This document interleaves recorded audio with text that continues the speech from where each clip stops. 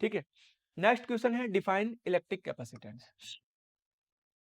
Derive the expression for a parallel plate capacitor when a dielectric material of a dielectric substance constant K is filled between the plate of capacitor. Capacitor की plate के बीच में total एक dielectric substance भर रहा है जिसका dielectric constant वो क्या बोल रहा है, K है। ठीक है। तो देखो अपन क्या बोल सकते हैं कि कैपेसिटेंस क्या होता है। ठीक है। कैपेसिटेंस का मतलब है कि कैपेसिटी टू स्टोर चार्ज, कि कोई भी आपका जो कंडक्टर मटेरियल है, अपन ने एक सिंपल मटेरियल की बात की थी और एक यहां पर कैपेसिटर मतलब प्लेटों को रख के एक दूसरे के पास बहुत कम डिस्टेंस पे कैपेसिटर बनाया था, उसकी बात कर रहे हैं। तो कैपेसिटर कितना ज्यादा चार्ज स्टोर कर सकता है उसकी कैपेसिटेंस उतना ही ज्यादा होगा। या कैपेसिटेंस एक प्रॉपर्टी है या एक उस कंडक्टर की जो ये बताता है कि ये कितना चार्ज स्टोर कर सकता है। ठीक है। जैसे मैंने आपको बताया था कि किसी भी आपको मटेरियल को आपको चार्ज करना है तो इनिशियली 1 चार्ज डालोगे उसमें तो कोई भी रिपल्सिव फोर्स नहीं होगा, फिर अगला डाला तो पहले वाला उसको रिपेल करेगा। तो जैसे जैसे आप चार्ज बढ़ाते जाओगे आपका वर्क डन का वैल्यू बढ़ता जाएगा, वर्क ज्यादा करना पड़ेगा और वर्क ज्यादा करना पड़ेगा तो उसका पोटेंशियल उतना ही ज्यादा बढ़ जाएगा। तो क्यू डायरेक्टली प्रोपोर्शनल वी के होता है। तो जब प्रोपोर्शनल हटता है तो एक कांस्टेंट आता है जिसको बोलते हैं कैपेसिटेंस ऑफ कैपेसिटर। ठीक है। Derive the expression for parallel plate capacitor. Parallel plate capacitor का डेरिवेशन आपको करके बताना है। ठीक है। तो इसके लिए देखो अपन करते क्या है, दो कंडक्टर प्लेट जिनको एक दूसरे के बीच में उनके बीच में अपने डिस्टेंस रखी कितनी डी, एरिया कितना रखा है, ए रखा है इन प्लेटों का। ठीक है। तो इसके लिए अपन क्या निकालना चाह रहे हैं, कैपेसिटेंस निकालना चाह रहे हैं। ठीक है। तो इनके बीच में सबसे पहले तो अपने को निकालना पड़ेगा कि भाई कितना इलेक्ट्रिक फील्ड बनेगा इनके बीच में। तो एक प्लेट के कारण इलेक्ट्रिक फील्ड, इस प्लस के कारण इलेक्ट्रिक फील्ड इधर बाहर जाएगा जिसका वैल्यू मैं बोल सकता हूं ये प्लेट 1 है, ये प्लेट 1, ये प्लेट 2। इसके कारण E1 माइनस है तो इसके कारण भी इसी तरफ होगा E2। इलेक्ट्रिक फील्ड पॉजिटिव से बाहर की तरफ, नेगेटिव में अंदर की तरफ। तो टोटल कितना हो जाएगा इनके बीच का electric field E equal to E1 plus E2, same direction में है। ठीक है। प्लेट के कारण किसी भी थिन सीट या थिन प्लेट के कारण जो किसी पॉइंट पर इलेक्ट्रिक फील्ड का जो वैल्यू होता है वो गाउसेस लॉ की एप्लीकेशन से अपन ने निकाला था, sigma by 2 epsilon not, sigma by 2 epsilon. तो कितना हो जाएगा ये, सिग्मा बाई एप्सिलॉन नॉट हो जाएगा इसका आपका इलेक्ट्रिक फील्ड इन प्लेटों के बीच में किसी पॉइंट पर। डिस्टेंस पे तो डिपेंड कर ही नहीं रहा है वो। ठीक है। अब आपका अपने को क्या निकालना है, कैपेसिटेंस निकालना है। तो उससे पहले अपने को वोल्टेज पोटेंशियल डिफरेंस इसके बीच में बनेगा। तो पोटेंशियल डिफरेंस क्या होता है, E इंटू इनके बीच की डिस्टेंस। अब E का वैल्यू कितना है, sigma by epsilon not into D. ये क्या हो गया, पोटेंशियल डिफरेंस आ गया इस जो पैरेलल प्लेट कैपेसिटर बनाया है अपन ने इनके प्लेटों के बीच में, आपका पोटेंशियल डिफरेंस आ गया। अब अपने को कैपेसिटेंस निकालना है तो Q इक्वल टू भी अपन ने फॉर्मूला पढ़ा, Q इक्वल टू CV होता है। तो Q बाई आपका क्या होगा V, जो कि कितने के इक्वल हो जाएगा, कैपेसिटेंस को। अभी फॉर्मूले में V का वैल्यू जब पुट करेंगे तो sigma D by epsilon not है। देखो sigma D by epsilon naught ऊपर चला गया, सिग्मा से सिग्मा कट गया तो ये आ गया A epsilon naught by D। Calculation mistake, क्या आ गया, A epsilon naught by D. Formula क्या होता है पैरेलल प्लेट कैपेसिटर का, A epsilon naught by D होता है। यहां पर वो बोल रहा है कि इन प्लेटों के बीच में फुली आपका डाइलेक्ट्रिक सब्सटेंस भर रहा है जिसका डाइलेक्ट्रिक कांस्टेंट है K, मीडियम भर रहा है। ठीक है। तो डाइलेक्ट्रिक कांस्टेंट ये तो किसके लिए होता है, C का वैल्यू एयर के अंदर। किसके लिए होता है कि एयर के अंदर कैपेसिटेंस आपका जब प्लेटों के बीच में एयर भरी हुई हो तो कैपेसिटेंस का वैल्यू आता है A epsilon naught by D आता है। ठीक है। अब अपने को उनकी प्लेटों के बीच में क्या भरना है, मीडियम भरना है। तो मीडियम का क्या आ जाएगा, ए एप्सिलॉन आपका नोट की जगह एप्सिलॉन m बाई डी आ जाएगा। क्या आ जाएगा, सी एम मीडियम का capacitance equal to A epsilon naught by D. ठीक है, ये आ जाएगा आपका। ठीक है। तो उसके बाद अपन इसको आगे सोल्व करें तो क्या आ जाएगा, सी एम मीडियम का कैपेसिटेंस क्या आ गया, यानी मीडियम उसके बीच में डाइलेक्ट्रिक कांस्टेंट का भर दिया है तो A epsilon m by D आ गया। ठीक है। अब देखो एप्सिलॉन m का वैल्यू क्या होता है, एप्सिलॉन m का वैल्यू होता है epsilon naught into epsilon r। Permittivity of air into permittivity of relative permittivity बोल सकते हैं, ठीक है। या के, यहाँ पे के दिया हुआ उसने, तो एप्सिलॉन नॉट इंटू के किसका वैल्यू हो गया, एप्सिलॉन एम का। ये पुट करें तो सी एम इक्वल टू क्या आ जाएगा, ए एप्सिलॉन नॉट के बाई डी। एयर में क्या आया था, ए एप्सिलॉन नॉट बाई डी, और मीडियम में क्या आ जाएगा, ए एप्सिलॉन नॉट के बाई डी आ जाएगा। पिछले में अपने यहाँ पे मैंने क्या करा था, वी का जो वैल्यू है, ये वी का वैल्यू जब पुट किया था तो मैंने डी को नीचे नहीं लिखा, मैंने डी को ऊपर लिख दिया, ठीक है। तो ऊपर लिख दिया इसलिए मैंने, अरे ये क्या हो गया, डी है तो A epsilon naught into D, तो फॉर्मूला होता ही नहीं, फॉर्मूला होता है ए एप्सिलॉन नॉट बाई डी, ठीक है। तो ये आपका इस प्रकार से अपन पैरेलल प्लेट कैपेसिटर का डेरिवेशन निकाल सकते हैं। इस डेरिवेशन को आप दोनों में कर सकते हो कि ये तो हो गया एयर में, एयर रखी हुई हो प्लेटों के बीच में, जब एयर भरी हुई हो तो आप यहां तक करके छोड़ दोगे। और यदि बोल रहा है कि मीडियम भर रहा है जिसका डाइलेक्ट्रिक कांस्टेंट के है, तो फिर क्या लिखोगे, C M equal to A epsilon naught by D, की permittivity of a medium is epsilon M, तो C M equal to A epsilon naught by D हो जाएगा। फिर एप्सिलॉन एम का वैल्यू क्या होता है, ये होता है, क्योंकि अपन ने पढ़ा था अभी epsilon R equal to epsilon M by epsilon naught, तो एप्सिलॉन एम का वैल्यू हो जाएगा epsilon naught into epsilon R, ठीक है। इस वैल्यू को अपन पुट कर देंगे, ठीक है। तो एप्सिलॉन का आर का वैल्यू मैंने के लिख दिया, क्योंकि के और एप्सिलॉन आर ही होता है डाइलेक्ट्रिक कांस्टेंट। इन वैल्यूज को पुट कर देंगे तो आपका ये वैल्यू आ जाएगा, ठीक है। नेक्स्ट क्वेश्चन दिया है, calculate the potential at a point located at a distance of 9 into 10 का power minus 2 metre due to a charge. ये सिंपल सा है, v equal to K Q by R.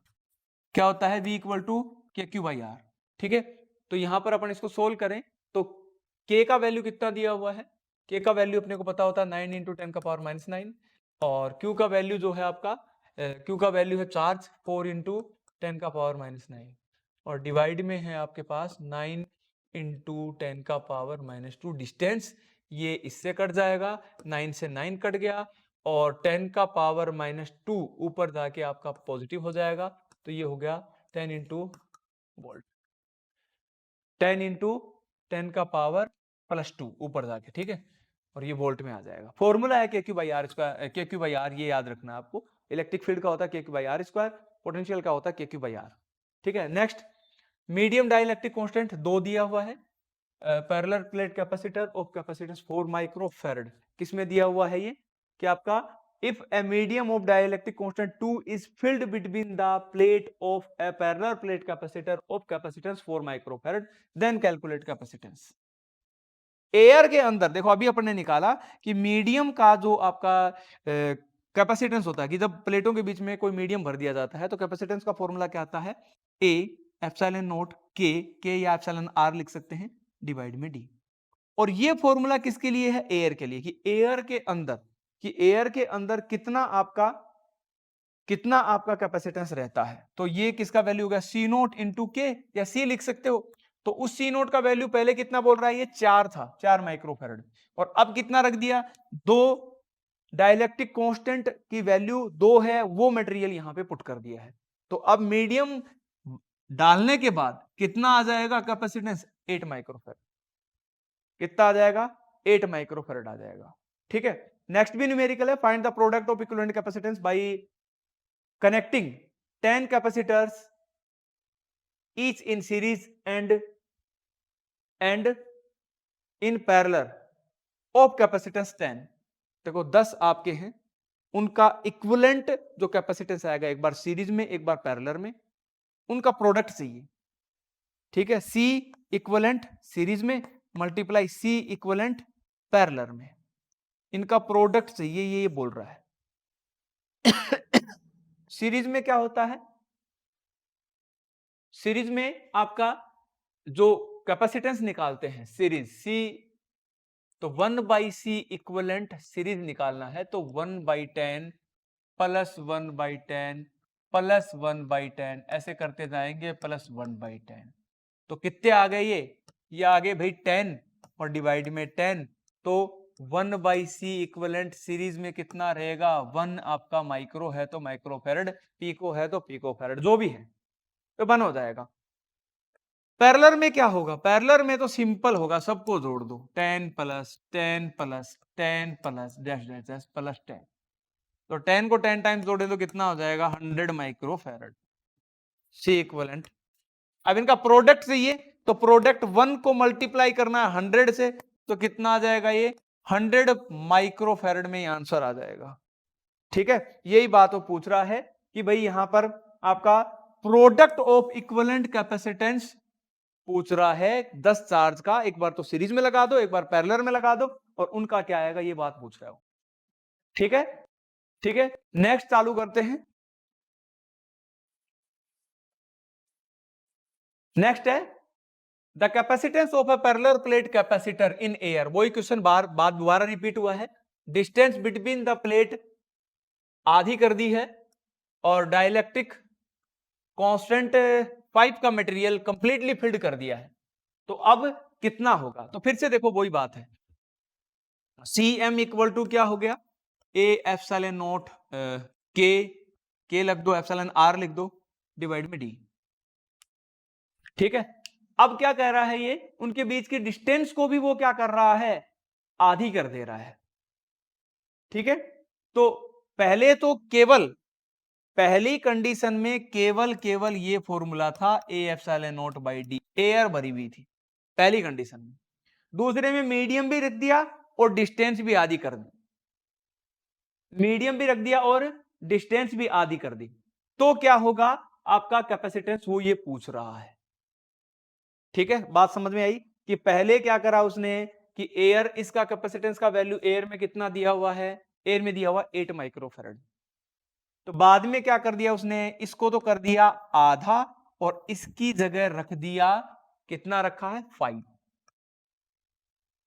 ठीक है, तो क्या हो जाएगा ये C M equal to A epsilon naught, ऊपर 2 आ जाएगा और 5 इसकी जगह और नीचे डी, तो ये कितना हो गया 10 ए एप्सिलॉन नॉट बाई डी, और एप्सिलॉन नॉट बाई डी क्या है, capacitance of parallel plate capacitor when air is filled between the plate of capacitor. तो क्या हो जाएगा सी एम इक्वल टू क्या आ जाएगा 10 इंटू एयर का सी, ठीक है, और सी का वैल्यू क्वेश्चन में दे रखा है यहां पर 8 माइक्रोफैरड, तो ये कितना हो जाएगा 80 माइक्रोफैरड हो जाएगा।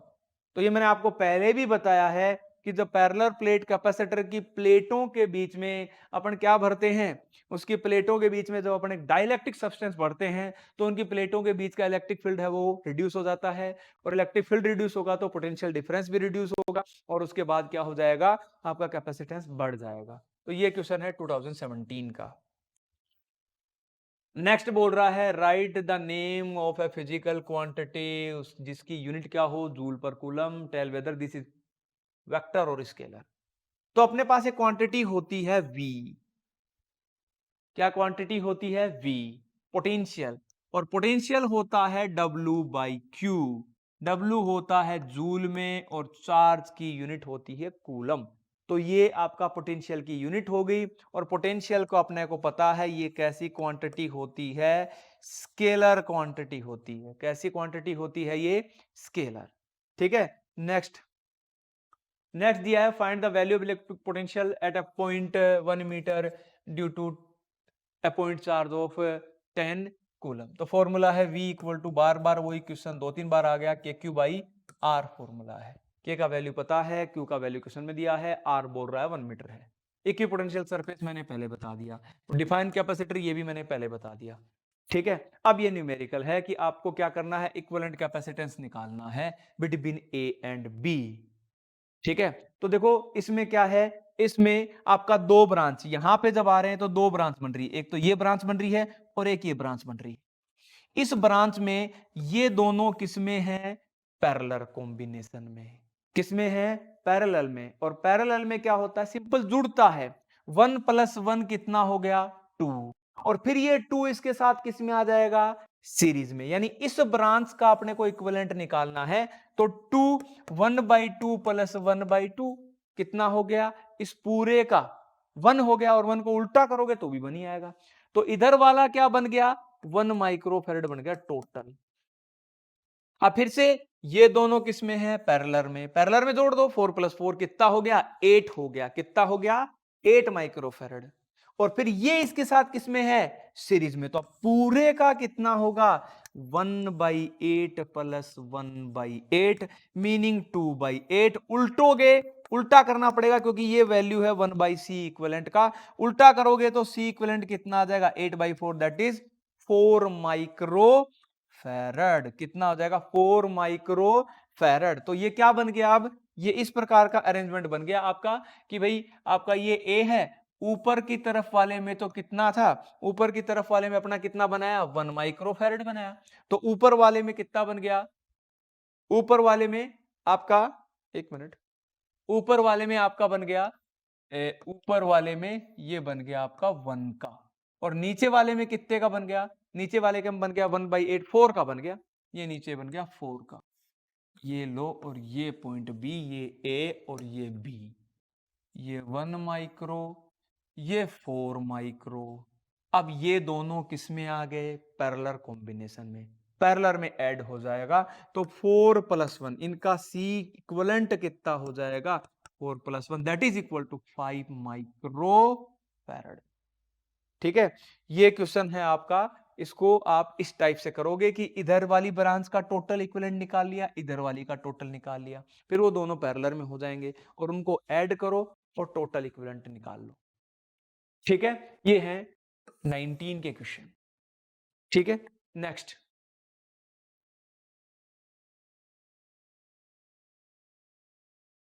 20 में ये फिर से एक न्यूमेरिकल है पैरेलल प्लेट कैपेसिटर का कि the diameter of the plate of parallel plate capacitor is 0.2 metre, है ना, डी डायमीटर दिया हुआ है। If the distance between the plate is 0.1 and the medium is air. अरे आसान सा क्वेश्चन है बेटा, देखो सी एयर वाला ही बात कर रहा है, ए एप्सिलॉन नॉट बाई डी होता है, कितना होता है, ए एप्सिलॉन नॉट बाई डी होता है। ठीक है, ए का वैल्यू एरिया, एरिया आपका कैसी प्लेट बोल रहा है, एरिया ऑफ प्लेट, डायमीटर आपकी सर्कुलर प्लेट है तो एरिया कितना हो जाएगा, πr² epsilon naught by D हो जाएगा। ठीक है, तो आर रेडियस और रेडियस 0.2 डायमीटर उसका आधा हो जाएगा, तो कितना हो गया, पाई 0.1 इंटू 0.1 एप्सिलॉन नॉट का वैल्यू 8.85 10⁻⁻12 और d कितना है, distance between the plate of capacitor, और उसका वैल्यू है 0.1। तो 0.1 से 0.1 कैंसिल हो जाएगा। आगे इसको सोल्व करेंगे तो ये कैपेसिटेंस आ जाएगा फैरेड के अंदर, फिर अपन इसको चेंज कर सकते हैं माइक्रो या पीको फैरेड में। ठीक है, नेक्स्ट नेक्स्ट बोल रहा है 21 में एग्जाम हुआ नहीं था, 22 का एग्जाम है।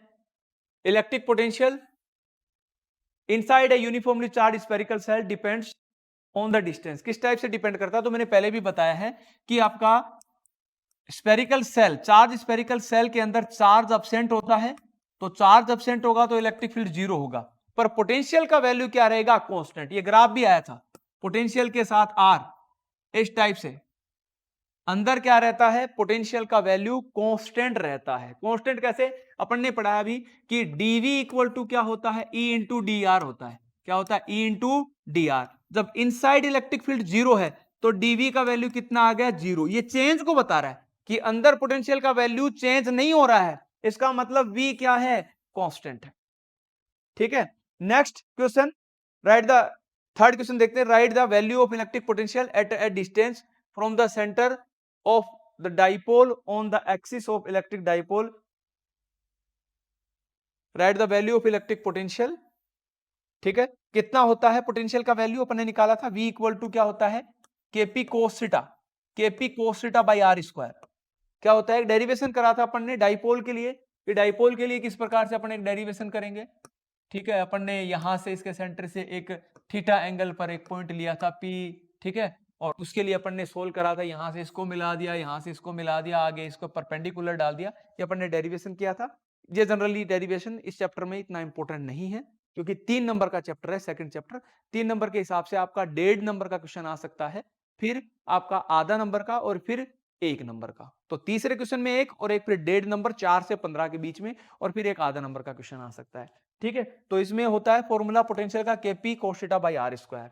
If the area of each conductor plate of parallel plate capacitor is A and the separation between plate D capacitance निकालना है। तो पैरेलल प्लेट कैपेसिटर का कैपेसिटेंस क्या होता है? C equal to A epsilon naught by D, या भी निकाला अपन ने C equal to A epsilon naught by D, parallel plate capacitor का कैपेसिटेंस निकालने का डेरिवेशन है। ठीक है, बार बार रिपीट हुआ है, इंपोर्टेंट डेरिवेशन है।